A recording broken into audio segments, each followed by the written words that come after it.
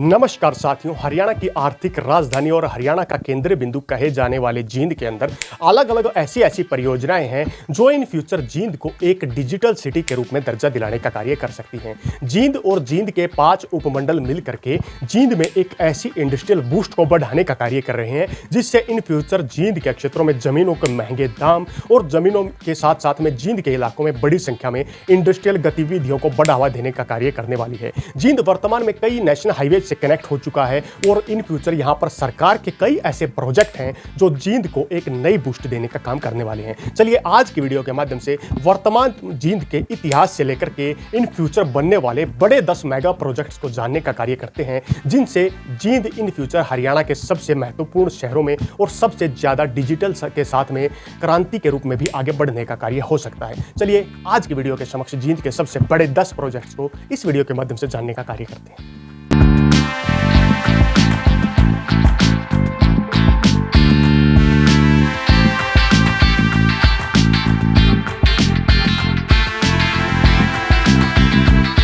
नमस्कार साथियों, जींद बनेगा हरियाणा की औद्योगिक राजधानी यानी कि हरियाणा के केंद्र में बसा जींद जिला हरियाणा के लिए काफ़ी कुछ लेकर आने वाला है, लेकिन कुछ उपेक्षाओं का शिकार जींद जिला शुरुआत से ही रहा है। जींद जिला हरियाणा की नई औद्योगिक राजधानी बनता जा रहा है। यहाँ पर बड़ी संख्या में सरकार जमीन अधिग्रहण की प्रक्रियाओं और लैंड पूलिंग पॉलिसी के माध्यम से कई परियोजनाओं में आगे बढ़ाने का भी कार्य करती रही है। हरियाणा का केंद्र बिंदु जींद एक ऐतिहासिक स्थल रहा है। वर्ष 1940 के समय में 30 लाख की वार्षिक आय वाला जींद राज्य एक अमीर स्टेट के रूप में रहता था, जहाँ जींद की स्थापना 1763 में महाराजा गजपत सिंह ने की थी। गजपत सिंह के बाद महाराजा भाग सिंह, फतेह सिंह, संगत सिंह, स्वरूप सिंह, रघुवीर सिंह और रणबीर सिंह जैसे महाराजाओं ने जींद पर राज करने का काम किया। उस समय की जींद की सीमाएं वर्तमान के पाकिस्तान और भारत के अलग अलग राज्यों तक फैली हुई थी। मतलब समय समय पर जींद ने बदलाव को देखा है।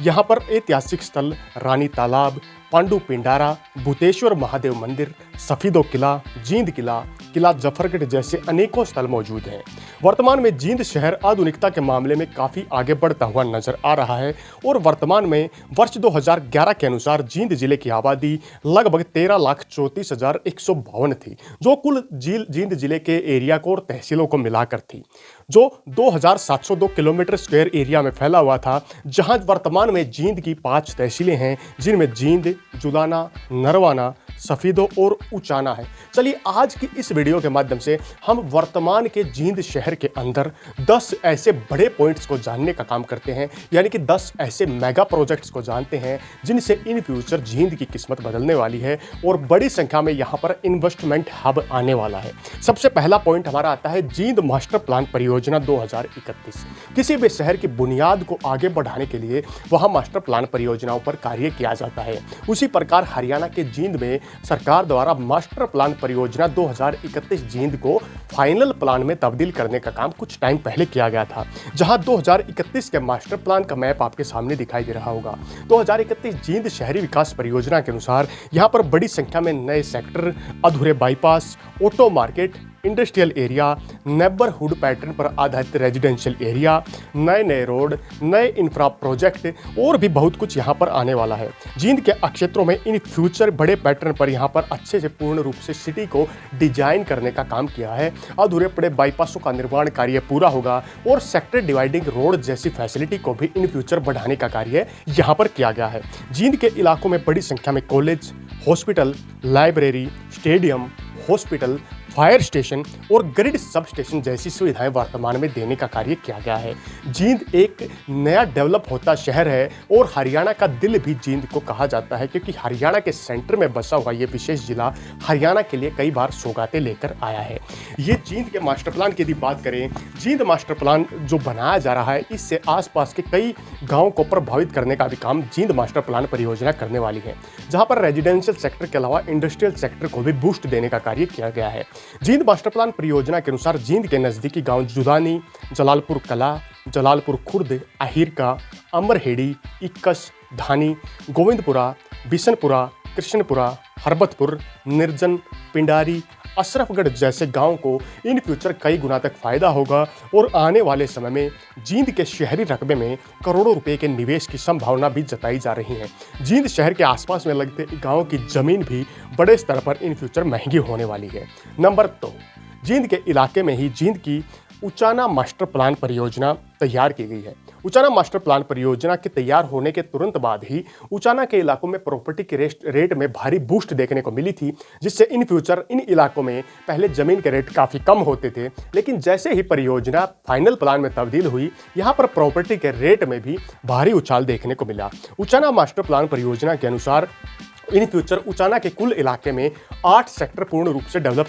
तैयार किए जाने थे, जिनमें उचाना के इलाकों में पहले अधूरे पड़े बाईपास को उचाना के इलाकों में नए बाईपास के रूप में बढ़ाने का कार्य किया जाने वाला था, जिससे उचाना शहर को एक रिंग रोड के रूप में पूर्ण रूप से मेंटेन करके रखा जाना था। यहाँ पर 8 नए सेक्टरों की डेवलपमेंट का काम होना था, जिनमें 8 सेक्टरों में 5 रेजिडेंशियल सेक्टर, जिनमें ट्रांसपोर्ट नगर, एग्री डेयरी के लिए एक मिक्स सेक्टर, इसके अलावा 1 सेक्टर कमर्शियल सेक्टर और एक इंडस्ट्रियल सेक्टर भी रहने वाला था। उचाना के इलाके में नए रोड, जिनमें 60 metre road, 30 metre road green belt के साथ, 45 मीटर और 30 मीटर का रोड विदाउट ग्रीन बेल्ट के साथ में रहने वाले थे। यहाँ सेक्टर डिवाइडिंग रोड भी बनाए जाने का कार्य उचाना के शहरी मास्टर प्लान परियोजना में किया जाने वाला था। इसके अलावा उचाना के इलाकों को प्रभावित करने वाले नजदीकी गांव, जिनमें उचाना, पलवान गांव, बड़ौदा गांव के इलाके शामिल थे, जिन गांव को डायरेक्ट रूप से उचाना मास्टर प्लान परियोजना से फायदा मिलने वाला था और in future Uchana master plan परियोजना से इन गांव के रकबों में भी इन्वेस्टमेंट की बड़ी संभावना नजर आ रही है। अब बात करते हैं नंबर 3, जींद के इलाकों में पानीपत जींद 4 लेन सड़क परियोजना को मंजूरी देने का काम वर्तमान सीएम नायब सिंह सैनी के द्वारा किया गया है। यहाँ 184 करोड़ की लागत से इस सड़क को 4 लेन में तब्दील किया जाएगा। इसे प्रशासनिक मंजूरी नायब सैनी द्वारा स्वयं देने का कार्य किया गया है। सड़क चौड़ीकरण 2 से 4 लेन बनाने पर जल निकासी का प्रबंध यहाँ पर किया जाएगा। पानीपत से वर्धमान से दरियापुर मोड़ तक पानीपत के हिस्से में सड़क बनेगी, जिस पर 92 करोड़ की स्वीकृति मिली हुई है। इसके अलावा दरियापुर मोड़ से जींद तक 10 मीटर की सड़क बनेगी और इस सड़क पर भी 92 करोड़ खर्च के यहाँ पर बजट देने का काम किया गया है। बिजली शिफ्ट के लिए खंभों को लेकर वन विभाग को 25.26 करोड़ रुपए जारी करने का काम भी प्रशासन के द्वारा यहाँ पर किया गया है। अब बात करते हैं नंबर 4, जींद की इन्वेस्टमेंट में जींद के कई शहरों का योगदान रहा है। जींद का ही नंबर 4थे स्थान पर जुलाना शहर यहाँ शामिल है। आज संभावित IMT Julana, in future Julana में एक IMT की संभावना जताई जा रही है कि जुलाना के वर्तमान के नेशनल हाईवे की बात करें तो जुलाना के कई एरियाज को कनेक्ट करने के लिए जुलाना के शहरी क्षेत्रों में एक विशेष इंडस्ट्रियल मॉडल टाउनशिप को स्थापित करने पर विचार किया जा रहा है। जुलाना में नई IMT की संभावना की तलाश की जा रही है और यह IMT काफ़ी चर्चाओं में रही है। आज से कुछ समय पहले यहाँ के स्थानीय विधायक विनेश फोगाट ने किसानों से 1000 एकड़ जमीन की मांग की थी। उन्होंने किसानों से कहा था कि यदि किसान जमीन देने में सहमत हैं तो वो सरकार प्रशासन से बात करके जींद के जुलाना में IMT स्थापित करने पर बात करेगी, जिससे यहाँ पर बड़ी संख्या में इन्वेस्टमेंट होगी, युवाओं को रोजगार मिलेंगे और जमीन का एक अच्छा मुआवजा यहाँ पर किसानों को दिलाया जाएगा। यह बात उनके द्वारा कही गई थी। वहीं वर्तमान में अब नायब सिंह सैनी ने चंडीगढ़ में हुई एक मीटिंग के दौरान 10 नई IMT को स्थापित करने की योजना पर विचार बनाया था। उन्होंने कहा था कि उसमें से एक IMT को जुलाना में बनाया जा सकता है। यहाँ लैंड पुलिंग की संभावना सबसे ज़्यादा नजर आ रही है, क्योंकि वर्तमान में हरियाणा सरकार यदि कोई स्कीम या प्रोसेस के जरिए जमीन लेने का काम करती है या कोई भी स्थापना का कार्य करती है तो सबसे पहले लैंड पुलिंग स्कीम पर भूमि आवेदन में अप्लाई करने का ऑप्शन डाला जाता है। यहाँ पर इन फ्यूचर यदि जुलाना के क्षेत्र में 1000 एकड़ के आसपास में जमीन IMT में स्थापित की जाती है तो बड़ी संख्या में लेदर क्लस्टर, फुटवेयर, प्लास्टिक, लोह जगत, इस्पात और कई केमिकल जैसी कंपनियां आने की संभावना जुलाना के क्षेत्र में नजर आ रही हैं। जुलाना के क्षेत्रों में यहाँ सैकड़ों की संख्या में कंपनियों की संभावना आ रही है। हरियाणा सरकार यहाँ पर प्रायोरिटी बेस पर लैंड पुलिंग स्कीम के तहत किसानों को जमीन देने के लिए आमंत्रित करने का काम यहाँ पर कर सकती है। तो जुलाना के क्षेत्र में संभावित जो IMT वो इन फ्यूचर यदि बन जाती है तो जुलाना और जींद जिले के लिए काफी खास रोचक चीजें लेकर आने वाली है। नंबर 5, 5वें स्थान पर हम पिल्लूखेड़ा औद्योगिक क्षेत्र को रखने वाले हैं। पिल्लूखेड़ा जींद जिले का एक सबसे डेवलप होता हुआ इलाका है। पिल्लूखेड़ा 152D नेशनल हाईवे और दिल्ली जम्मू कटरा एक्सप्रेसवे के नजदीकी इलाके में पड़ता है। पिल्लूखेड़ा के नजदीक 2 एक्सप्रेसवे के निकलने से यहाँ पर एरिया को काफी बूस्ट मिलता हुआ नजर आ रहा है। यहाँ पर काफी बड़ी एरियाज में प्लॉटिंग का कार्य वर्तमान में चला हुआ है। और पिल्लूखेड़ा के इलाकों की यदि बात करें तो यहाँ पर पिछले दिनों 3800 एकड़ जमीन में इंडस्ट्रियल बूस्ट को बढ़ाने का कार्य किया जाने वाला था। पिछले दिनों यहाँ पर एक जमीन खरीद फरोख्त पर भी रोक लगाने का कार्य प्रशासन ने एक लेटर को चिपका करके डिपार्टमेंट के माध्यम से किया था। पिल्लूखेड़ा औद्योगिक क्षेत्र में 3800 एकड़ में विशेष इकाइयों को स्थापित करने के लिए यहाँ पर अलग अलग प्रकार के 2 जोन्स को बनाने का कार्य किया गया था, जिनमें पिल्लूखेड़ा में 2 इकाइयों के लिए खरक गादिया गांव की 440 एकड़ जमीन, खेड़ी तलोड़ा गांव की 150 एकड़ जमीन, इसके अलावा दाडस्ट गांव की 1080 एकड़ जमीन, जामनी गांव की 315 एकड़ जमीन, अमरावती खेड़ा की 15 एकड़ जमीन यहाँ पर फेज संख्या 1 के तहत ली जाने वाली थी, जहां पर एक बड़ी संख्या में इंडस्ट्रियल क्लस्टर को डेवलप करने की परियोजना थी। वहीं पिल्लूखेड़ा औद्योगिक क्षेत्र में फेज संख्या 2 की बात करें तो जिसमें जामनी गांव की 890 एकड़ जमीन, बुरहान की 610 एकड़ जमीन, अमरावती खेड़ा की 300 एकड़ जमीन को मिलाकर के यहाँ पर फर्स्ट और सेकंड फेज में कुल 3800 एकड़ जमीन को हरियाणा सरकार लेने का कार्य लैंड पूलिंग पॉलिसी के पोर्टल के माध्यम से करने वाली थी, जिसे आप आज भी जाकर चेक कर सकते हैं। पिल्लूखेड़ा औद्योगिक क्षेत्र में यहाँ पर यदि इंडस्ट्रियल बूस्ट को डेवलप करने के लिए ये विशेष चीजें डेवलप हो जाती तो यहाँ पर बड़ी संख्या में बूस्ट मिलने वाली थी। लेकिन अब जैसे ही 2 नेशनल हाईवे पिल्लूखेड़ा के क्षेत्रों से गुजरते हैं तो 3800 एकड़ लैंड के साथ में यहाँ पर बड़ी इंडस्ट्रियल बूस्ट को बढ़ावा देने के लिए इनकी संभावनाएं भी बढ़ती जा रही हैं। पिल्लूखेड़ा के क्षेत्र में 3800 एकड़ जमीन डेवलप करके सरकार यहाँ पर एक विशेष परियोजना के तहत कार्य करने वाली थी और यहाँ पर छोटे और मिड टाइप के उद्योगों को बढ़ाने का कार्य करने वाली थी, जिससे नेशनल हाईवे से सीधी कनेक्टिविटी दिल्ली और अलग अलग शहरों से होने वाली थी, जिसमें दिल्ली समेत देश भर के अलग अलग इलाकों से पिल्लूखेड़ा को डायरेक्ट अटैच करने का कार्य होने वाला था। दक्षिणी हरियाणा को पंजाब साइड के हरियाणा से कनेक्ट करने के लिए 152D का भी प्रयोग डायरेक्ट पिल्लूखेड़ा से होने वाला था। इस प्रकार जींद के पिल्लूखेड़ा में औद्योगिक बूस्ट इन फ्यूचर काफी जल्द बढ़ने वाली है और IMT की जो संभावना है, सरकार दोबारा से आवेदन निकाल करके यहाँ से किसानों से जमीन लेने का प्रयास या अप्लाई के माध्यम से दोबारा से एप्लीकेशन निकालने का कार्य जल्द ही कर सकती है। नंबर 6, हरियाणा के जींद में पद्मा योजना भी काफ़ी तेज़ी से कार्य कर रही थी। पद्मा योजना को जींद के स्टेट संख्या 1 और स्टेट संख्या 2 के तहत जींद के खटकड़ कला गांव उचाना के इलाके में डेवलप करने का कार्य करने वाली थी, जिसके लिए यहाँ पर किसानों से आवेदन मांगे गए थे,